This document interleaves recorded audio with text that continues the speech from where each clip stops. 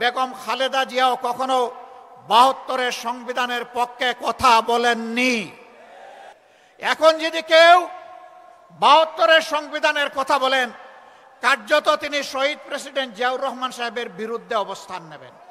রাস্তার পোস্টার ছিঁড়তে পারবা, বুকের পোস্টার ছিঁড়তে পারবা না। কিছু দল এবং ব্যক্তি বাংলাদেশকে দফায় দফায় তারা দুর্নীতিতে চ্যাম্পিয়ন করে বিশ্বের দরবারে অপমানিত করেছেন। এদের সকলের অতীত রেকর্ড বাংলাদেশের জনগণের হাতে আছে। এমনকি দুঃখের বিষয়, সকল ফ্যাসিবাদ, দুর্নীতি, বৈষম্য, দুঃশাসনের বিরুদ্ধে ৫ আগস্টের বিপ্লব অনুষ্ঠিত হয়েছিল।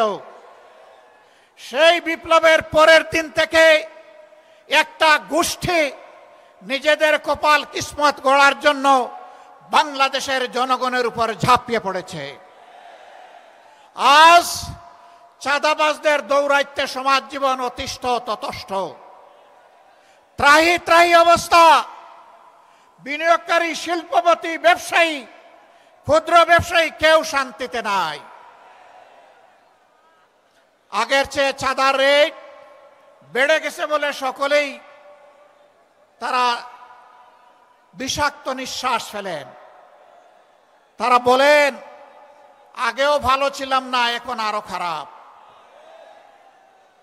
আমার আগে আলহামদুলিল্লাহ এখানে একজন বিজ্ঞ আলেম, আপনাদের প্রিয় মানুষ হযরত মাওলানা সাখাওয়াত হোসেন সাহেব বলে গেছেন, ৫ তারিখের পরে আল্লাহ তাআলা আমাদেরকে ওই দেশে বাঁচিয়ে রেখেছেন এবং মুক্তির একটু স্বাদও আল্লাহ তাআলা দান করেছেন, আলহামদুলিল্লাহ। কিন্তু কোন ইসলামী দলের নামে আজকে চাঁদাবাজির পরিচয় তাদের কপালে জুড়ে দেওয়া হয়নি। কোন দেশপ্রেমিক দল চাঁদাবাজ হয়ে ৫ তারিখের পরে আবির্ভূত হয়নি। যারা আবির্ভূত হয়েছিলেন, দায় এবং দরদ নিয়ে তাদের সাথে বসেছিলাম, তাদেরকে বলেছিলাম এটি শহীদদের রক্তের প্রতি বিশ্বাসঘাতকতা, এটা বন্ধ করতে হবে। যদি বন্ধ করা না হয়, বিপ্লবী জনগণ, তরুণ জনতা, কুলের বাচ্চা নিয়ে রাস্তাতে নেমে আসা ওই মারা আমাদেরকে ক্ষমা করবে না। বন্ধ করা হয়নি, চাঁদাবাজি অব্যাহত রয়েছে, দুর্নীতি অব্যাহত রয়েছে। ক্ষমতায় না গিয়ে অনেকে ক্ষমতার দাপট দেখাচ্ছেন, প্রশাসনিক কু করার চেষ্টা করছেন। আগামী নির্বাচনে চলে বলে কৌশলে কেউ কেউ আমরা শুনতে পাই বিভিন্ন জায়গায় বসে ষড়যন্ত্রের জাল বুনছেন। জনগণ ভোট দেওক না দেওক, ক্ষমতায় আমাদেরকে যেতে হবে। বন্ধুগণ, বেলা শেষ, দিনও শেষ, ওই সূর্য ডুবে গেছে। এ বাংলাদেশে এটা আর হবে না, এটা আমরা হতে দেব না ইনশাআল্লাহ।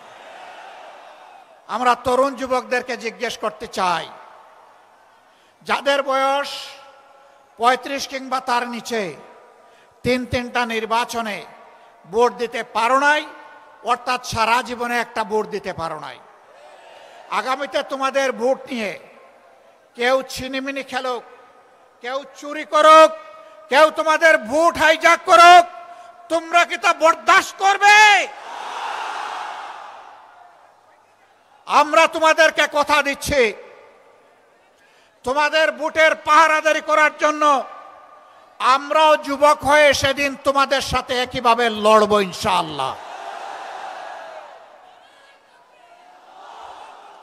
এখন থেকে আমরা সারা দেশে জনগণের ব্যাপক ভালোবাসা দেখতে পাচ্ছি।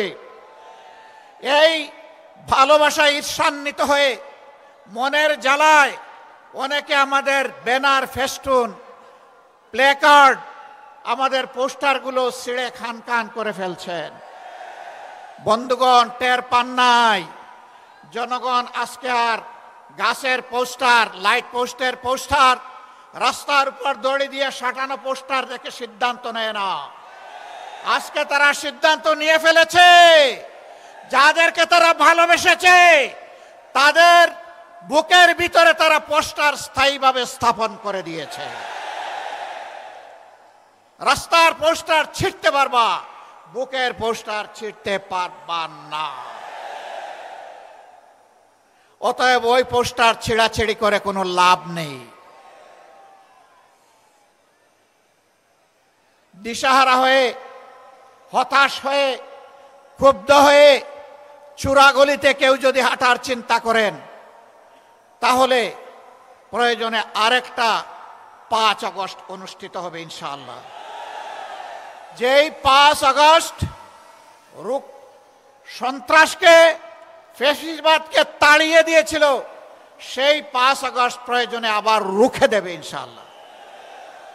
সম্মানিত ভাইয়েরা, এখন থেকে ছাত্র জনতার, শ্রমিক জনতার, ব্যবসায়ী জনতার, আপামর জনতার, শিশু থেকে বৃদ্ধ সমস্ত মানবতার ঐক্য আমাদেরকে গড়ে তুলতে হবে ইনশাআল্লাহ। এই ঐক্যই আগামী দিনে বাংলাদেশের জাতীয় সংসদে যাবে বিজয়ীর বেশে ইনশাআল্লাহ। এ বিজয় কেউ ঠেকাতে পারবে না ইনশাআল্লাহ।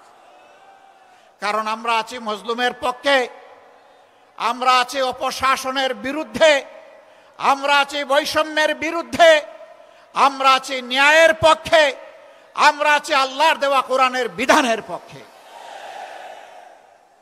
এ বিজয় আমাদের হবে ইনশাআল্লাহ। সম্মানিত ভাইয়েরা, কেউ কেউ জাতির মধ্যে হিংসা সৃষ্টি করে জাতিকে বিভিন্নভাবে বিভক্ত করতে চান। চিংড়ি মাছের মতো কেউ কেউ পিছনে দৌড়াতে চান। আপনারা চিংড়ি মাছের চাষের এলাকার মানুষ খুব ভালো করে জানেন, চিংড়ি যখন দৌড়ায় সামনের দিকে পথ খুঁজে পায় না, শুধু পিছনের দিকে যায়। কেউ কেউ ৭২-এর সংবিধান নিয়ে কামড় দিয়ে পড়ে থাকতে চান। আমাদের বন্ধুদের মাঝে দীর্ঘদিন একসাথে আন্দোলন সংগ্রাম, ফ্যাসিবাদের বিরুদ্ধে লড়াই করেছি, তাদের কাউকে কাউকে আজকে আমরা সে কথা বলতে শুনি। মনে রাখবেন, বাংলাদেশে প্রথম দুঃশাসনের পর জিয়াউর রহমান সাহেব ক্ষমতায় এসে ওই সংবিধানকে তিনি আমূল পরিবর্তন করে দিয়েছিলেন। এখন যদি কেউ ৭২-এর সংবিধানের কথা বলেন, কার্যত তিনি শহীদ প্রেসিডেন্ট জিয়াউর রহমান সাহেবের বিরুদ্ধে অবস্থান নেবেন।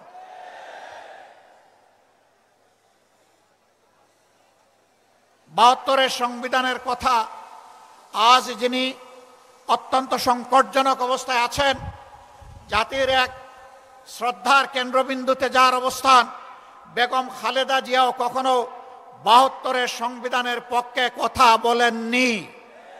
আমরা এই ৮ দলের বিজয় চাই না, আমরা ১৮ কোটি মানুষের বিজয় চাই।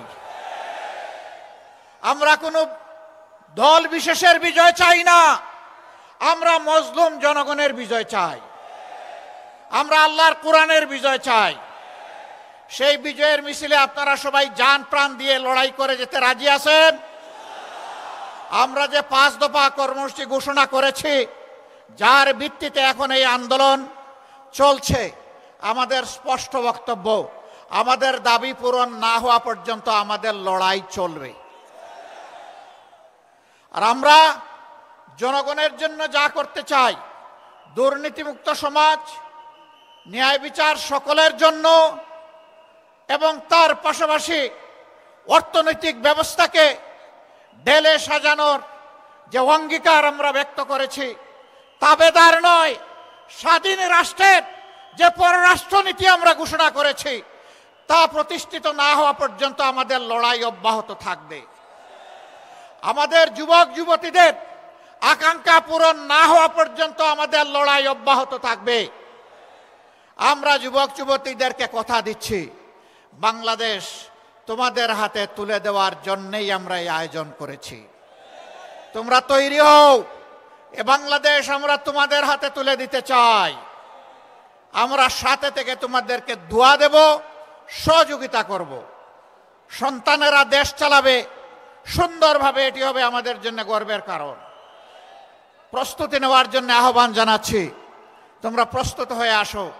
শুধু চাকরি কেন, চাকরির খোঁজ না করে নিজেই কিভাবে দেশটা গড়বা, চাকরি দিবা সেই ব্যবস্থা, সেই চিন্তা এখন থেকে মাথায় লালন করো। আমরা ওই শিক্ষাই তোমাদের হাতে তুলে দিব, যেই শিক্ষা একজন মানুষকে মানুষও বানাবে, আবার একজন দক্ষ কারিগরও বানাবে ইনশাআল্লাহ।